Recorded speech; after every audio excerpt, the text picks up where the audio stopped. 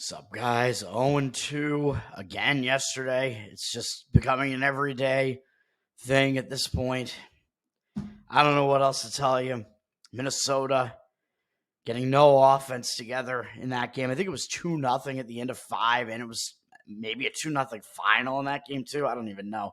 Might have been a little bit more than that, but whatever. That was bad. And then Dodgers put up a 5 spot in the first inning, and that just ruined that play.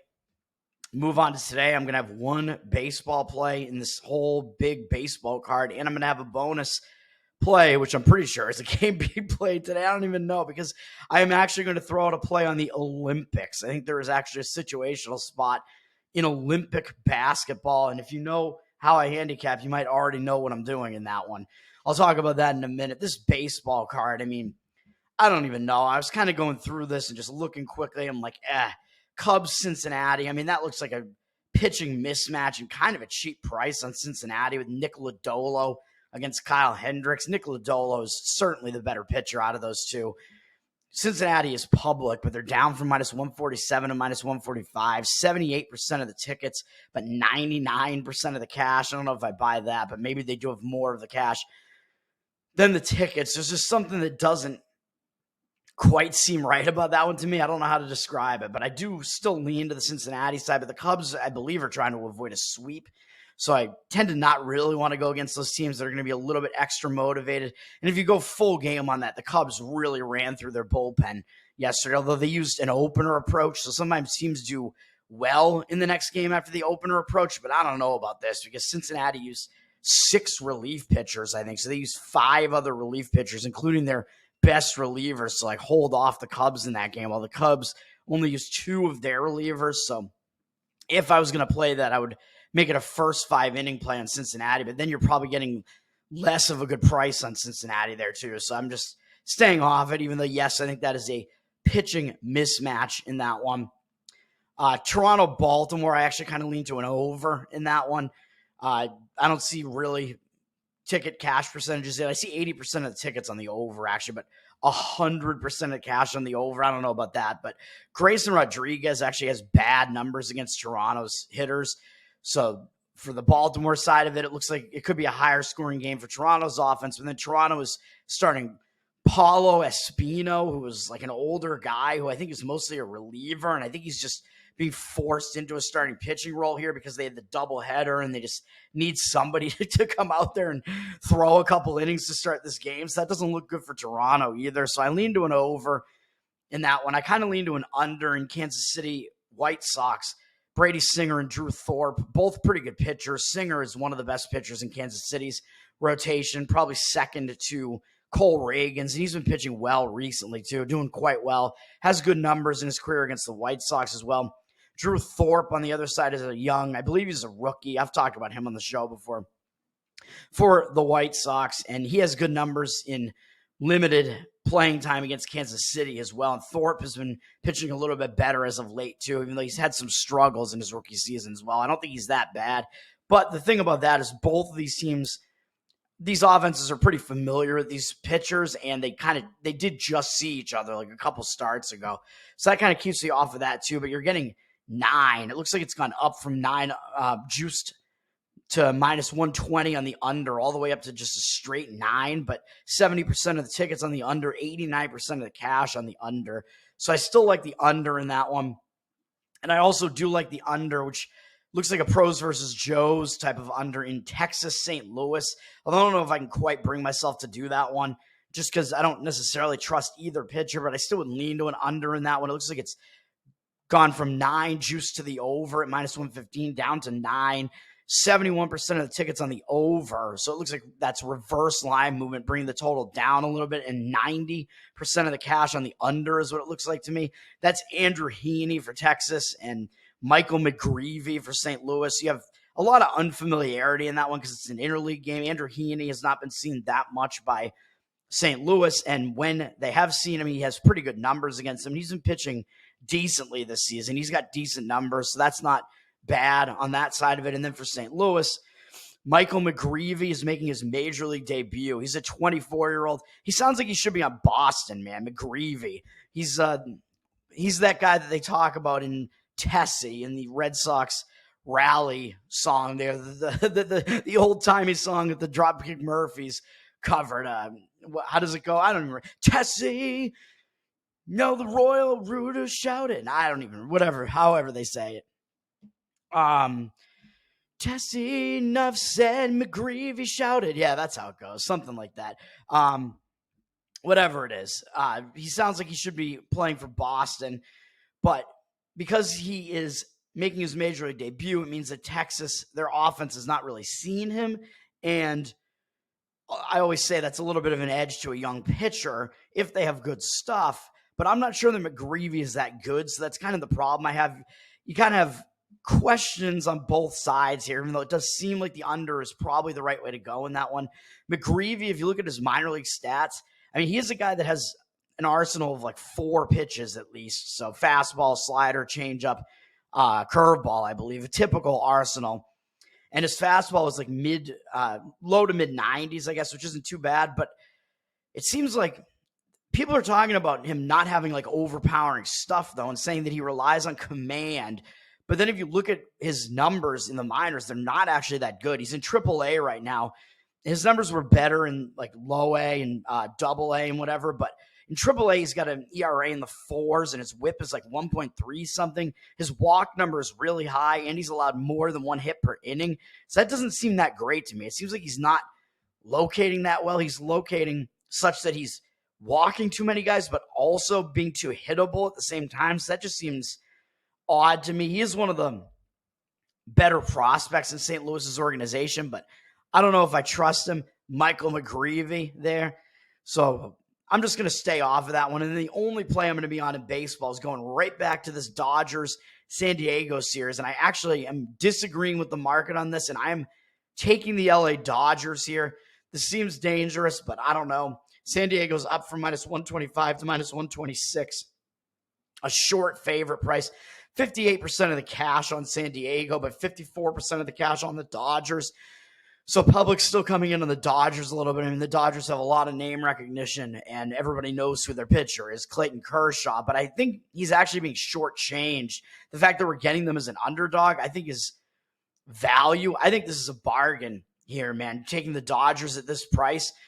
San Diego, after yesterday's game, I don't like the situation they're in. San Diego returned home from a road trip, and they were maybe unfocused early in the game. The Dodgers took a 5-0 lead in the first inning, but then they didn't score again. So I lost on the under in that game last night. The Dodgers basically didn't score for the rest of the game, but San Diego came all the way back and won after that bad start. But to do so, San Diego used 6 relief pitchers while the Dodgers only used 3. So I don't think San Diego's bullpen is in the best spot after that. They really ran through their bullpen yesterday. So this game gets into the bullpens. I don't think San Diego is in the best spot. And I think they're just in a letdown spot. That was a huge win. Like I said, they returned home from a road trip, but they're facing the Dodgers. So they're not really going to be unfocused when they're facing the Dodgers, the team that's leading their division and one of the best teams in baseball. And this being a pretty big rivalry. And San Diego made a huge comeback in that game too. Huge game, huge win for them. Walk off in the 10th inning. I think San Diego could be in a letdown spot after that. And the Dodgers could just kind of be angry after they had a 5-0 lead and just imploded and blew it. I think that the situational edge as far as like motivation, I think comes in more on the Dodgers side in this game. And then looking at the starting pitching matchup, I actually think you have a little bit of an edge here as well. With Clayton Kershaw, I think you're getting a little bit of value on him because he is still Clayton Kershaw, man. He's only made 1 start so far this season. He's 36 years old, but we've seen similar pitchers. Like I consider Chris Sale to be a similar pitcher because he's basically the same age and a lefty and has had kind of a similar career. And Sale is still doing well, and I don't think Kershaw is done yet either, man. His stats don't look good this year so far with a 4.5 ERA and 2 whip, but that's only in 1 start, dude. He went 4 innings to kind of ease himself back in. I think he didn't do that well against San Francisco. He gave up 6 hits, 2 walks. So he put 8 men on base, but he still somehow got out of that, only allowing 2 earned runs. And he had 6 strikeouts, so it wasn't all bad. The amount of runs he gave up wasn't that bad, and the amount of strikeouts is pretty high. So that's good. Still shows you he does have strikeout stuff. I mean, this is Clayton Kershaw, man. He pitched last year, and he still had a really good season last year, so I don't think he's going to completely just fall off the rails at the age of 36. I think he still has something left. And up against the Padres, I mean, of course, they've seen him a ton, but his numbers are decent enough. They're 41 for 158 off him, 7 doubles, 7 home runs, 16 RBIs, huge sample size, 30 to 11 strikeout walk ratio, 259 batting average is pretty low, but 744 OPS is getting a little bit into the higher territory because Manny Machado is really the reason why. He has 4 home runs off of Kershaw. He kind of hits him pretty well, but he is only one man. And other than that, they don't do that well against him, even though they are familiar with him, but still. Kershaw, I mean, his numbers are decent enough against San Diego. Then on the other side, of course, Dylan Cease. I mean, he's pitched really well this season, and I am going against him. And I've been on him multiple times. He's been pitching really, really well. Month of July, 43 to 10 strikeout walk ratio, 15 hits allowed in 32 and 2/3 innings pitched. That's all quite good. Even though he's allowed 4 home runs, he hasn't allowed any in his last 3 starts, and he's gone 6, 7, and 9 innings in those, allowing no runs across those 3 starts. So he's gone 22 innings, allowing no runs, and with 30 strikeouts across that too. So he's been dominant in those 3 starts. But I think he could be in for a bit of a letdown spot finally here. His overall stats this season are absolutely excellent, though. 3.5 ERA, 0.98 whip, 168 strikeouts in 131 innings. That's a ton of strikeouts, only 40 walks, 89 hits allowed. The 15 home runs is really the worst stat that he has. He allows too many home runs, but other than that, he's not allowing many hits at all. Completely dominating. And yes, I am going against him because I am factoring in the situation and the bullpen edge here, which I think the rest advantage in the bullpen does go to the Dodgers. So we need Cease to not go as deep into this game as he has been going in the last couple, maybe, because we need San Diego's bullpen to get in the mix here for this to really work. And I think that it will happen. Cease, I think, is in a letdown spot, man, as much as he's going to get up for facing the Dodgers. And I think he actually hasn't faced them yet this season, even though they are in the same division. I think this is his first time facing them this season. So for both starters, it'll be their first time facing these hitters this season. So does that mean the starters have a little bit of an edge and it'll be a little bit lower scoring? Possibly. But we are taking the underdog here in the Dodgers. Cease is coming off a no-hitter, though, man. He threw a no-hitter with 9 strikeouts and 3 walks, shutout against Washington. His first career no-hitter. It was a huge thing, massive celebration. And I think his teammate who handed him the game ball at the end of that was actually the guy who broke up his previous no-hit bid with like 1 out to go, like last year or 2 years ago or something like that. He was on the opposing team or whatever. That's just kind of a crazy situation, crazy moment. I think Cease kind of has to be in a letdown spot after that, man. First career no-hitter, that's huge. Even though he's a really good pitcher and he's been pitching really well, I think he could be in line just for a little bit of a letdown here, despite the fact that, yes, it is against the Dodgers, but that is such an emotional high coming off that no-hitter against Washington, and the way that you were handed the game ball like that and celebrating the way it happened and everybody just going crazy. I just think that you can't match that emotional high, really, as much as you're going to get up for a game against the Dodgers. I still think that the Dodgers are actually, you're getting value playing the Dodgers here. Plus 114, that's going to be the play. That is the only play in baseball here today. Looks like the line has actually gone down a little bit. It looks like you might only be able to get plus 110 now on the Dodgers money line. I think that's fine as well. This is full game. Stuff has to start turning around, man, because this slide has just been unbelievable. It's been something unlike anything I've ever seen before in my entire career doing this. I can't believe how bad this has been. It's been crazy. And I'm disagreeing with the market on this one. And as I said, I'm also throwing in a bonus play. This is going to be a play on the Olympic basketball game. The USA, baby, USA. Even though I'm not necessarily rooting for the U.S. team because I don't like LeBron. I think that the whole thing is just stupid. But this situation, I'm going to play this. U.S. is playing South Sudan today. We're in the group stage or whatever. I don't know how it works, of the Olympic basketball. But I think we're getting huge value on the U.S. here. You can lay minus 29, I think. I don't know where it is right now. Let me see.